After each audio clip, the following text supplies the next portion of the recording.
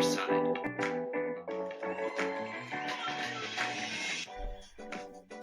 Good morning, Mrs. Angel. Good morning, Mr. White. What are you doing in my studio? What are you doing in? Yeah, what am I doing in your studio? This is weird. This is weird. We're in the same, not only in the same city, we're in the same house, in the same room. I don't know if I like it. It's I don't weird. know. It's a bit odd. Particularly because the sound didn't play just before and we were dancing to nothing. So for those of you playing at home, we can't hear any of the stings because this is obviously a different situation from which we usually deal. And now we don't really know what's going on, but we do have some really important messages today. We do. What are we going to talk about? We're going to talk about how good holidays are. Oh, well, that's obvious. Yeah. Yep. And for some of us, it's coming to an end. Today's my last day of the holidays. Mr. White's got a bit longer. I've got another week. Yeah. And I'm happy for him. This is a face that is, I'm happy for him. I am happy to be going back to work. It's okay. My body decided this morning that it was actually the first day of school. It clicked on at 5:13. My body was ready to go. My soul was not. Yes. Obviously, I did not get out of bed at that time, but it would appear that my body is ready to go back to work. That's impressive that your body's snapping into shape like that. It I is. reckon it'll take mine a little bit longer. It's been a good holiday. I have worked lots of my organs to their full capacity. Certain organs more than other organs. Yes. Obviously, the liver organ has worked incredibly hard. It's important to push yourself to your limits at times. I think so. You need to extend the boundaries to know, how far you can go, and I think we've done that. We have, and it is also crying out now just to reduce those limits a little bit. Tone down a bit. I'm looking forward to going back. Yes. Been in a couple of times, so we always talk about preparation and recovery is what holidays are all about. That's right. I've done, I reckon, probably a bit more recovery than preparation, but definitely there's been a fair bit. I've been into school a couple of days, just in my civvies though, not in a uniform, to set up and to meet new staff. We did a training day. We've looked at the timetable to get some things sorted. Had a big celebration dinner with my team one night, which was amazing. That's fun. Hey, celebrate orientation day. That must be introduction day. That must be pretty exciting. It is. It is always good to the fresh faces. I think we've got about 6 new staff starting with us, and they are ready and raring to go. So they had a kind of cognitively overloading day on that first day.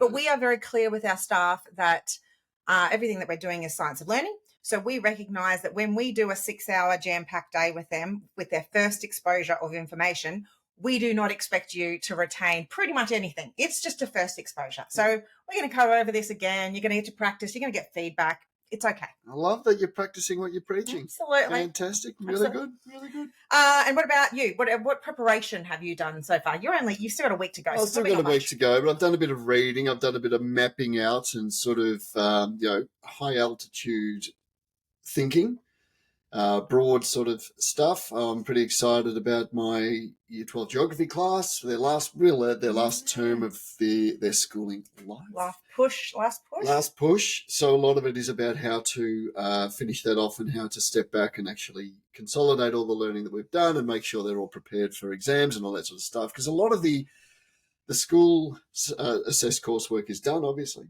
Yep. And now 50% comes down to the exam. And that's similar with a lot of subjects. So a lot of teachers are thinking the same thing.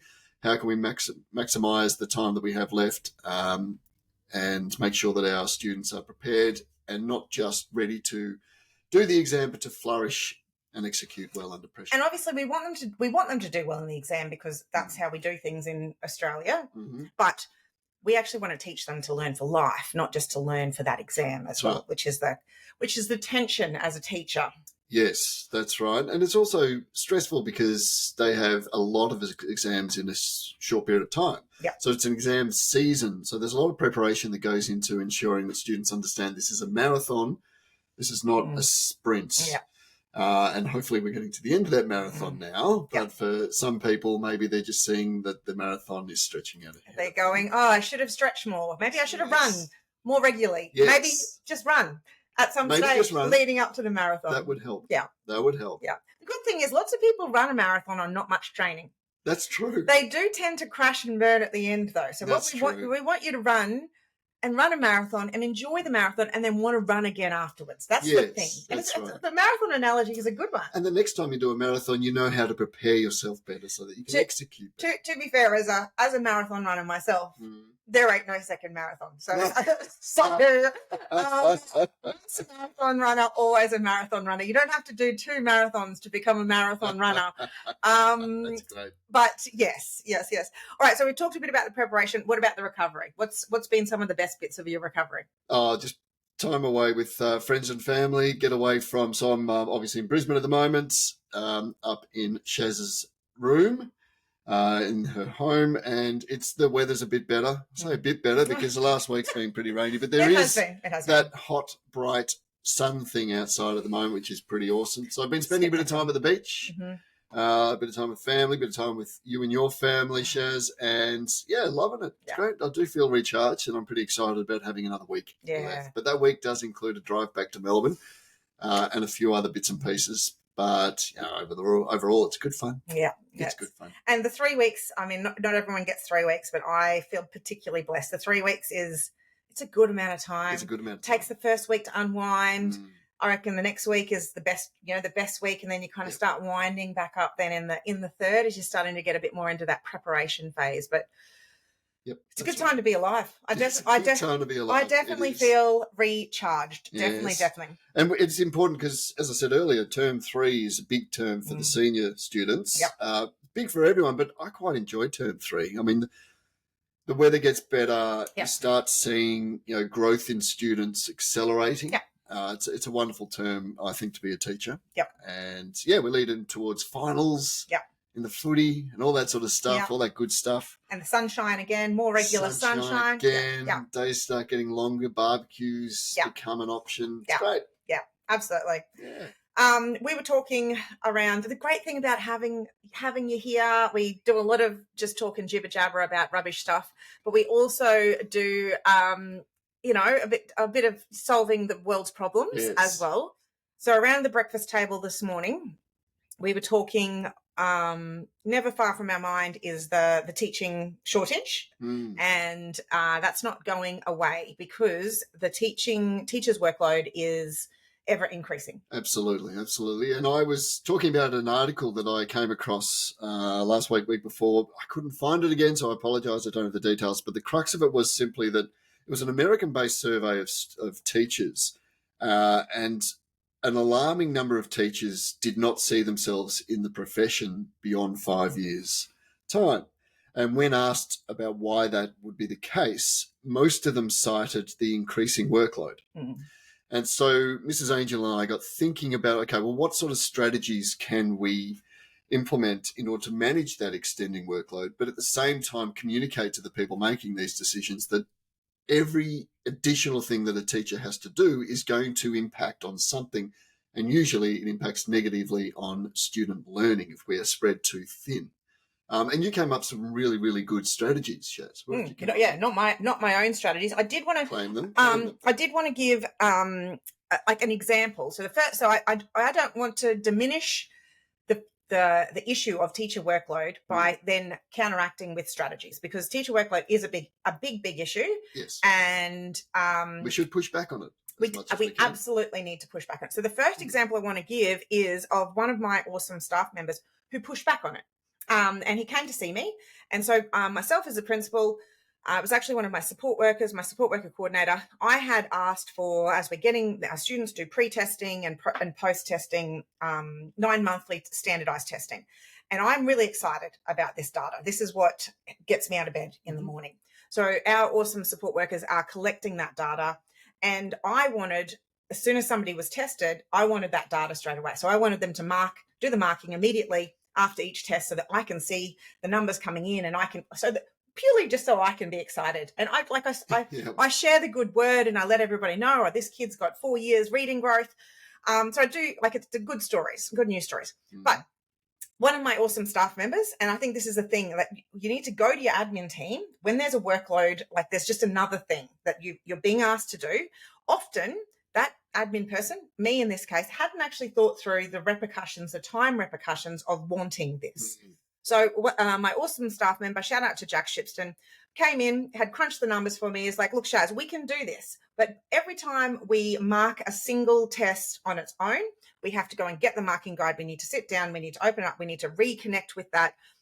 So we really do need to use the marking guide because none of it becomes automatic.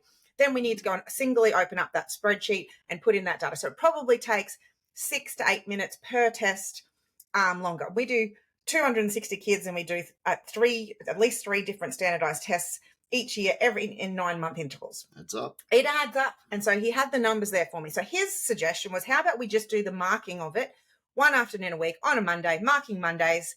So we have the marking guides out there. We've got somebody focusing on the key maths tests, and the spreadsheets are open, and we're going to save all this time. You're not going to get your data in the minute that you want it, but you know that each Monday afternoon you can log in and you can get this big hit of data. Marking Monday.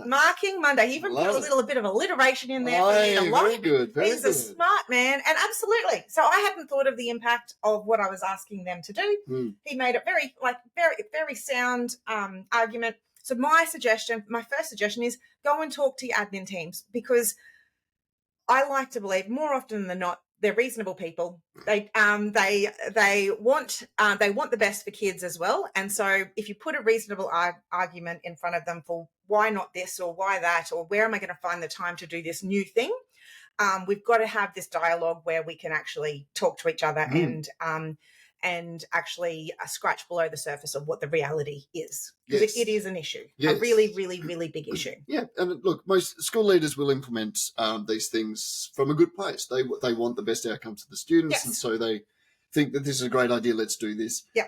But there also, as you said, needs to be consideration about the impacts of that. Yes. And the impact. One of those impacts is on teacher workload. Another impact might be student outcomes. Yes. Because the teachers are spread too thin and therefore can't do everything to the same level as they were doing previously. So there needs to be, with every change, a looking from the bottom up and looking from the top down and making sure that the teachers are supported in getting done what this new task is. Yeah, absolutely. So step one, talk to your admin teams. Yep, good. Create that dialogue, and don't be afraid to say no, because sometimes you have to say no.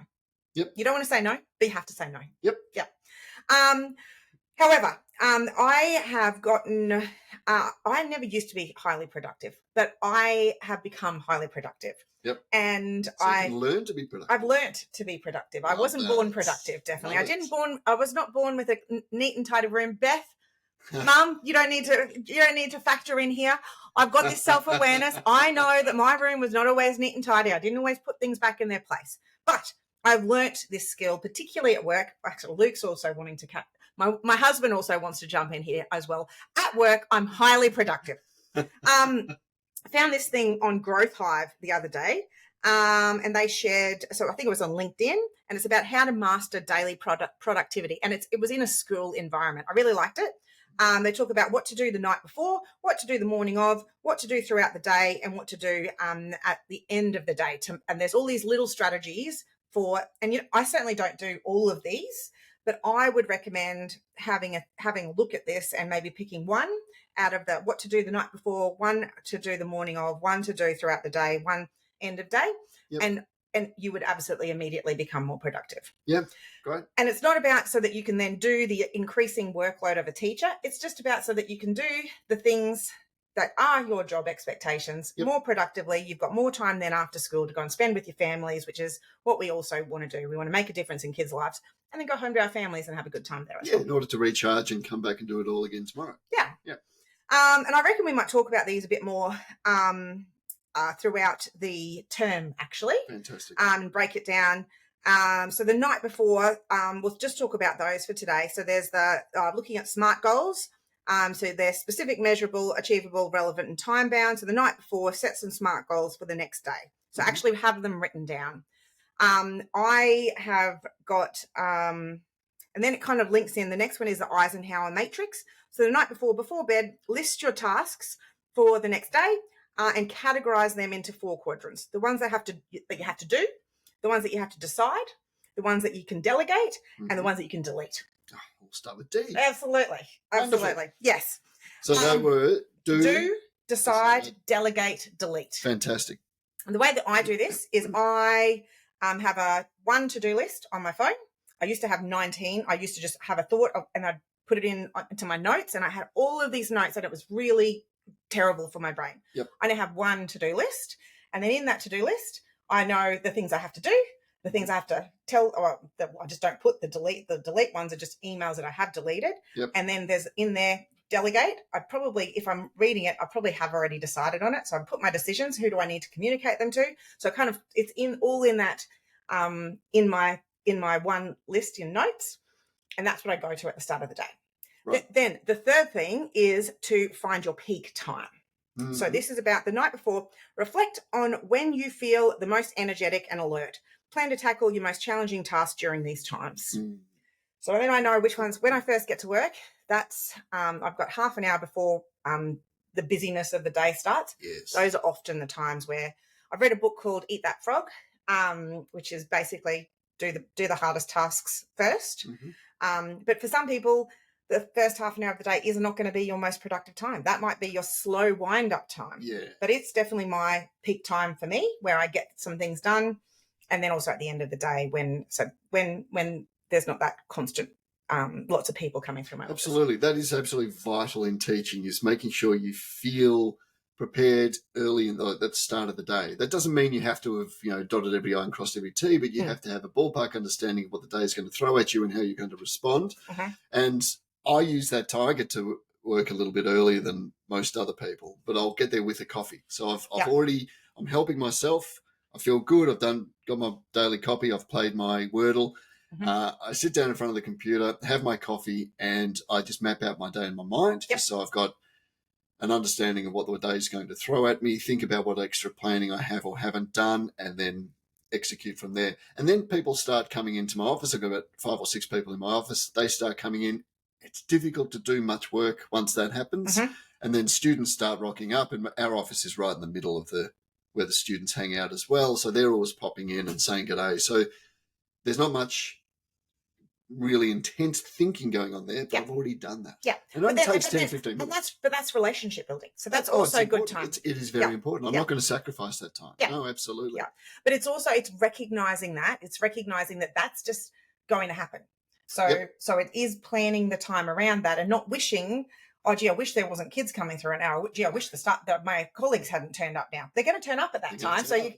So it is about knowing what's happening in your day-to-day. Hard for a beginning teacher because you're kind of working this out, but it is paying attention to that. And I would always work out of a calendar, even when I was a full-time teacher. So where I've got all my classes are already in there so that you can see, right, this is what it looks like. And then what are my bits of time that I have? So out of those bits of time, what's my peak time? Yes. And then making sure, do I have my noise cancelling headphones on during that time so I can get that done? Or you were saying this morning that you would, when in marking time, what were you saying you would do? So marking English essays can be very, you need headspace to do it. It's not a communal activity. No, and it can take a while to get into that headspace. Yeah. And then once you're in that headspace, you don't want to just mark 1 or 2. You want to get as many done as you can because you're firing on all cylinders. So what I do is I find if I've got a spare or even hopefully a double spare, which is awesome, I would go lock myself in a room and just do it. Yep. And I would just focus on doing that. And I would make sure that if I'm going down the street with a coffee with someone for a chat, that it's not during that time or, it's at the end of that time. So I can have a reward when I've done all that marking. And I think that's really, really important to make sure that you plan your time around what you think is the most important. And marking as an English teacher, I find marking to be a fantastic teaching tool, really, because the feedback that you give is on what they've produced. Like it literally is showing them what they've done well and showing them how they can improve to the next what's step. The next steps. Yeah. Absolutely. So it is, but it was the biggest thing that, I was an A grade procrastinator. Mm-hmm. I should have won awards for the things I could do to avoid starting that intense marking, particularly my senior PE assessments. And you're getting, like, you got to have the rubric there. You got to have, like, right, what am I looking for?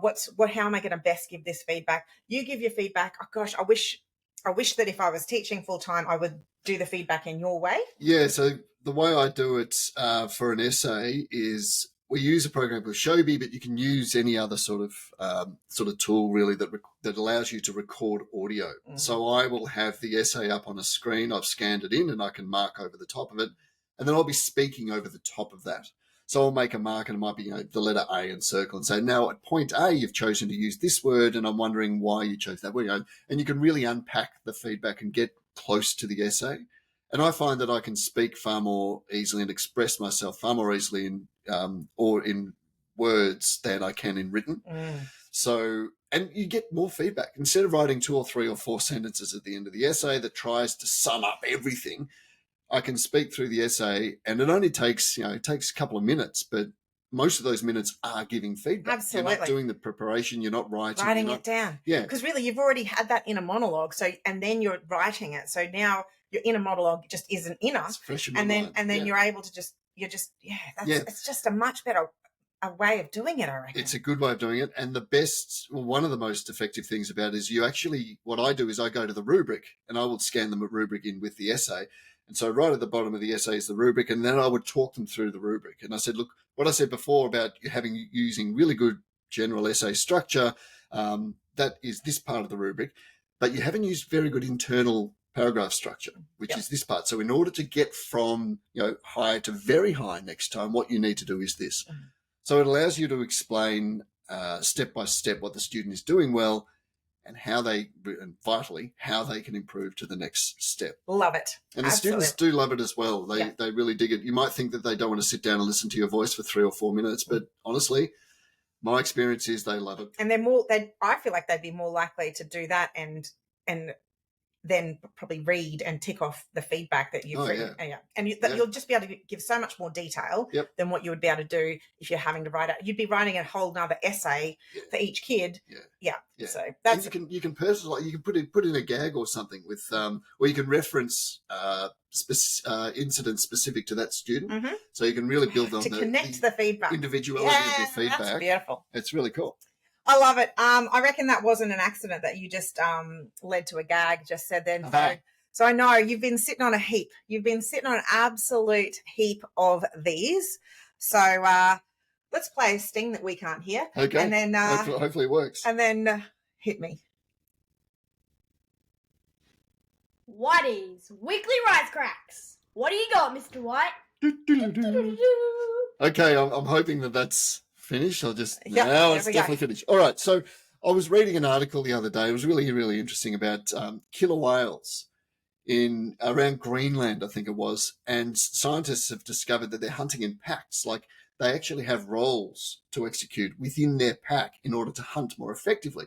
And you of course know what that means, Shaz. It means that these attacks were orchestrated. Where's the big laughter?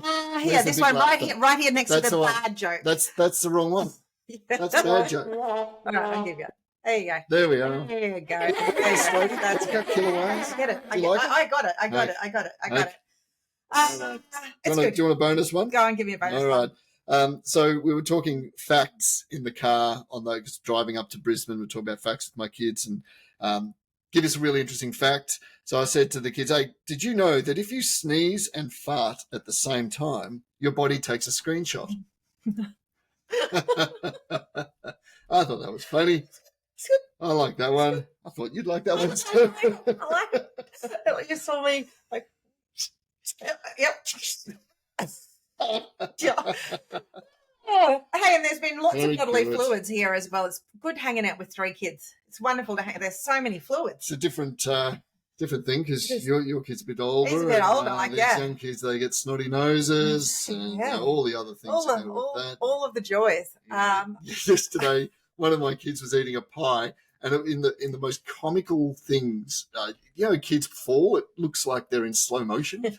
So he sort of was up on a chair as a 3-year-old, and he's grabbed his pie and he's dropped his pie, but he's rolled off the chair at the same time, and the pie hit the ground, and then he landed on the pie on his bum, and then he rolled into it, and then he fell back and hit his head. So he's crying. There's pie everywhere. there's the dog Billy running around as well. He would have been having his best life at that stage. It was a gear change for me because prior to that I was sitting on the couch doing not much. No. And bang, I'm into dad mode. action. Full dad mode. Yes. I love it. Hey, so I've got a teaching tale for you, but it's not a teaching tale. It's more a holiday tale. Awesome. I love the Rock FM. These Jay and Dunk are these two radio hosts from New Zealand. They are fabulous. They tell the best stories. And as an Aussie, this really resonated. And it's this time of year. There's quite a few extra housemates in a house other than the whites. Anyway, I want you to. I'm gonna teaching tale it, but it's not a teaching tale. Okay.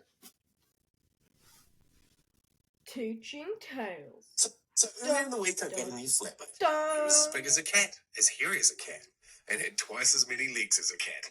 I named him Chris Hemsworth, the huntsman. Chris appeared in the corner of my kitchen ceiling and would disappear on occasion, only to reappear in a different room the next day. Not seeing a huntsman in the kitchen is infinitely more terrifying than seeing a huntsman in your kitchen. Where has he gone? So on Sunday, Chris was off to get up somewhere whilst I was doing the weekly cook-up.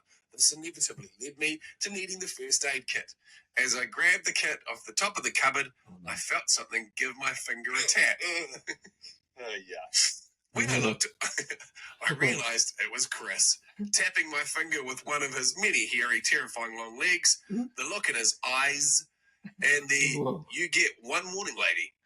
Naturally, I dropped the kit and did the one-legged dance favoured by those in the presence of predators, and once I'd calmed down and realised that Chris had held onto the box with 5 of his legs, he was using one of the others to smoke a cigarette, and the last 2 to sharpen his prison shiv. I realised that I could use this opportunity and relocate him outside. I picked up the box, headed to the front door, and this is where we both got an education. Oh no! Did you know that huntsman spiders can jump? They spread their legs and glide, eagle-like, with sniper precision, aiming for the face of their assailant. To see this baseball glove of an assassin hurtling towards my face, I did the very practical manoeuvre of throwing the first aid kit up in the air, squealing like I was being murdered, and flapping my arms around. Chris had luckily landed on my chest. And as simple as it is, he thankfully slid off and landed on the floor. So naturally, he charged at me, and this was when my legs decided to fallen off, and now he's lined her up and he's going to go again. So naturally, he charged at me, and this is when my legs decided that now was a good time for running. I sprinted across the bloody savannah like a rhino was chasing me and dived headfirst through an open window of the semi-trailer truck that we were living in. So as I looked down at the 8-legged death cat that literally made a thudding noise as it landed on the floorboard, I amazed both of us when I dropped into fight mode and kicked it out the door. This thing was big enough that I could kick it. Not only did I not squish it to death, it actually bounced off the opposite wall and ricocheted back towards me, landing in another spider's web. Now, it was his turn to do the one-legged dance as he freaked out because he had a spider web on his back. Unfortunately, he himself ran inside my house. In my panic state to free myself of this bloody spider, I kicked him again. I'm not up for hurting animals. I'm totally pro-cat, just like you guys. Sometimes kind of pro-spider, but this thing was giving me the heebie-jeebies. Thankfully, this time he ricocheted off into a potted plant and decided to call it a day, scuttling behind the pot and hiding from my terrifying foam-clad foot. And give this tough mofo his juice. He took 2 kicks to the face and even bounced off 2 walls. And that seemed pretty sweet. To my dilemma, the first aid kit was now sprawled all over the stairs, and knowing that spider, he'll work out how to get the child lock off the oxycontin bottle and I'm screwed. That's great. Right. Who are those guys? Yeah, they are Jay and Dunk from Rock FM, Rock Drive in New Zealand. Fantastic. They are fabulous. They tell a wild story. Hey, come to Australia, guys. Yeah. Huntsmen are plenty. They just move in and grow. I don't know what they're eating, but they grow.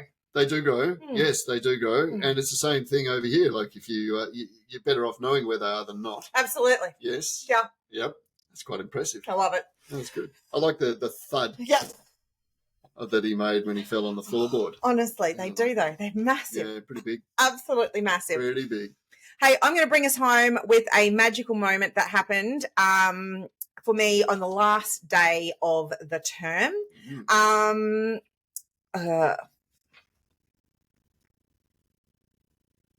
Magical moment.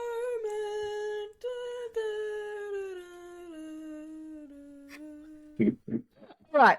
I'm going to assume that played. We had a beautiful girl. We had 27 kids who started at Mastery right back at the very, very start. And at the end of last term, one of those students has officially caught up. She was going back to mainstream mid-year, so it's always a very, very exciting time. When she came to us, she lacked a lot of confidence, and beautiful girl, fantastic athlete, had fallen behind in English reading and maths, and really it was heartbreaking to see the lack of confidence in this little superstar of a girl. So on her last day, she gave me this beautiful letter, lots of big words spelt perfectly, and she allowed me to read it out on the very last day on our MSA day. And I'm going to read it out to you guys now. To Miss Angel, I want to say thank you so much for letting me be a part of MSA. It's been an incredible 2.5 years, and I'm so grateful that I had the chance to go somewhere that others understood me. I got to learn things other schools couldn't give me, so I'm so glad MSA was there when I needed it. So again, I'm forever grateful and will really miss all the memories and great times I had. One of my biggest achievements I've noticed in myself is my confidence, not only socially, but also mathematically. I've seen I have gotten more comfortable sharing my answers in front of others and actually wanting to get involved in math. It has helped me tremendously, and I'm so, so, so grateful I got the chance to learn it. So that's wonderful. Wonderful. That's amazing. That goes into the green folder of goodness, and absolutely brought me to tears on the last day of term. Made all of the staff feel super, super proud. Great reminder to teachers that we're doing really, really, really important work. This is a hard job. It's a great job. And as our holidays are coming to a close and we're feeling that little bit of sadness that the recovery time is coming to an end, remember that some kids actually have been counting down the moments to get back to school. Yep. And you are the most important person in some of those kids' lives. Yep. That is a big responsibility to shoulder. But you've chosen to be a teacher for a reason. Yes. And I should be really proud of it. Absolutely. Absolutely. That's great. What an amazing letter to have written. It's Isn't it handwritten as well. Handwritten. You don't get that much these days. Fantastic. Yeah, absolutely beautiful. Love it. All right. It's going to be good to be back. Good to have you in the house. Good to be in the house. Good to be in the Angel Palace. Yeah. And it doesn't happen very often that we get to record in the same studio. No. It was flawless as well, wasn't it? Flawless. We just were able to turn the machine on and just click go. No tech issues at all. Nope. No. It's a thing of beauty. It's we're like 365. And the sarcasm lights flash. Oh, sorry. Yeah, I have to turn that off now. Yeah. Alrighty, we will see you everybody next week. You'll be back at work by then. I will. And you'll have a smile on your face. I will. Have a great first week to everybody going back, and enjoy the last week of your holidays to those in the Southern Hemisphere. Our Northern Hemisphere friends, you guys are back already, I think? Maybe? Close to. Yeah. Close to. All right, see you out there. See you all.